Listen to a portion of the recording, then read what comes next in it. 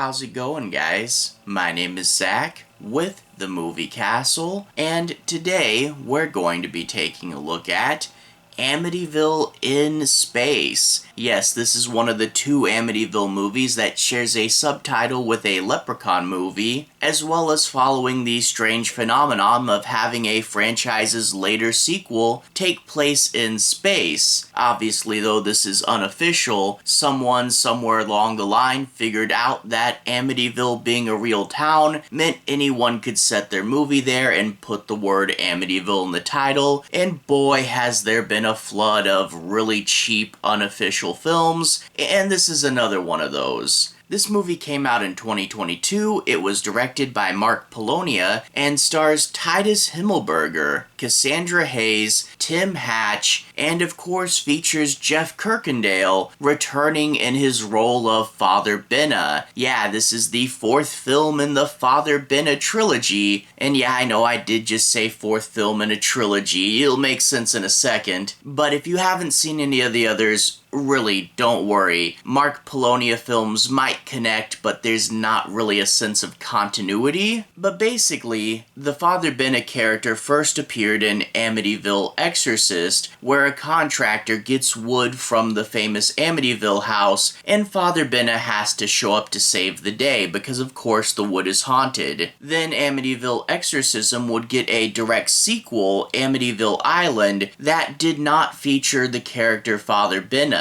It does this weird thing where you get a previously on and it really tries to tie it into the last movie before basically scrapping everything from the previous movie and doing its own thing. Yeah, Father Benna's actor's here, but he's playing a different character. And also this big shark on the cover? A total lie. The shark's in like one scene of the movie, but it's really about these people doing experiments on an island, and one of the unwilling test subjects just happens to have the Amityville evil in her. But then Father Benna would return for a proper second entry in his franchise with Noah's Shark. Again, an underwhelming entry. You think the shark's going to be attacking Noah's boat, and you think it'd be set all the way back in time. But no, this movie's about Father Benna trying to find Noah's Ark. It's a lot of talking, a lot of convoluted backstory, and barely any shark. It's in like a little puddle beside the ark. So one of the points I'm trying to make here is out of these last two, they really under-delivered on their concept, and there was a bunch of lying in these posters. And Mark Polonia movies can kind of do that. But I'm glad to say with this movie, the Amityville house actually does go into space. They do actually do their concept. Granted, it's the cheapest possible version of executing this concept, but you know what? They actually do it, and stuff actually happens in this movie, which I know is a super low bar compliment, but that really does say something about where the Amityville movies have gotten by this point. This movie is actually okay. Now, I don't mean okay for a normal movie, I mean okay for a Mark Polonia movie and okay for an Amityville movie. Once you know the base concept, you basically know how this movie's going to progress. They find the Amityville house floating in deep space. It's 1,000 years later. They wake Father Benna up and you get the whole, I'm sorry, futuristic spaceman, but old-timey superstitions are real, and then we're going to have a bunch of random visions. But you know what? At least stuff's happening by doing random visions, and it's not just us talking the whole time. And yeah, they keep doing this gag of, we don't understand your primitive technology, but the spaceship set is clearly like an office building or a school or something, and in turn doesn't really look that much different from the primitive technology at the house. They're like, oh, we don't know what wood is, some sort of plant-based material? There's some wood on their ship. They make fun of the monitor? The computer screens are basically the same. It's a movie that kind of plods along. it does do some goofy, cheesy, low-budget stuff. I wasn't really laughing at it, but if you know Mark Polonia movies, you know what to expect. And if you like his cheesy, low-budget style, this is probably one of his better ones. But again, I use better lightly. Don't go into this with any serious expectations, but if you know where the Amityville franchise is at this point, at least this one does what it says on the box. Granted, a much lower budget version of that, at least stuff actually happens in this movie. Again, low bar compliment, but hey, at this point I guess I'll take it. But anyway though, before we get too far ahead of ourselves, I do want to talk a bit about the plot. I'm not going to do any major spoilers, but I do want to break down and analyze a few things. I'll be avoiding the end bits though, so I'll try not to ruin anything major. But from here on out, let's take a bit of a deeper dive. We open up with news crews surrounding the Amityville house with word that something big is going to happen. And one thing I will say with this movie is the Amityville house actually looks like the real Amityville house. They were going to have to pay for a 3D model anyway when they shot it into space, so why not have a few establishing shots with that model? And I mean, again, another low bar compliment, but at least the Amityville house is properly in this Amityville movie. Well, Father Benna shows up and he tells the press that he's been tracking evil from all over town and has figured out that the source of the Amityville evil is the Amityville house. Bear in mind, in Amityville Exorcism, the contractor had gotten haunted wood from the Amityville house, so Father Benna wouldn't have actually known about the High Hopes house and would have just known about that specific location. So he's had to do a bit of detective work just to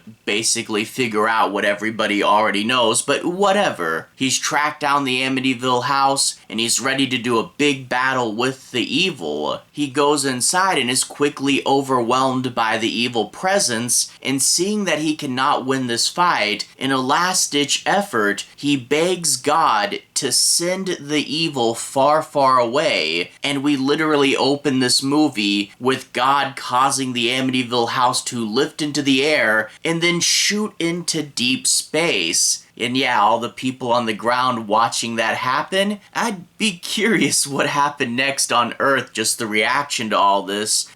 But whatever. We then cut to nearly 1,000 years later, and we get what's basically the crew of the movie Alien, but the characters are a lot less developed. And they're going around and nuking black holes, which, oh gee, nuking black holes? Okay, look, I know black holes are scary, but space is unfathomably big. You could just not go near them. And while I've never tested it myself, I can basically guarantee that nuking a black hole wouldn't really do anything to it. And I also do like how the black hole in this movie is a big funnel. You know, like how they were portrayed before Interstellar. And before we got a good look at them with our telescopes, let's just have it be a big cosmic funnel in the sky, why not? Well, they're about to blow up this black hole when they call off the detonation sequence because they notice a mysterious structure nearby. And apparently 1,000 years in the future is enough time passing for people to forget what a house looks like? Okay, the mysterious derelict structure has a life sign aboard it, so they have to go and investigate. They at first send their robot, and boy, the robot is the lamest possible robot costume you could imagine. It's some weird, like, insulation made into a basic bodysuit, and then like a shiny visor for a face, and it's clearly just a guy walking along, but you know what? Send in the robot anyway. There's a scene that could be cool, where the robot starts talking to the Amityville evil, but the crew can't see it through his cameras, and seeing as how his eyes are cameras, I don't know what the difference is,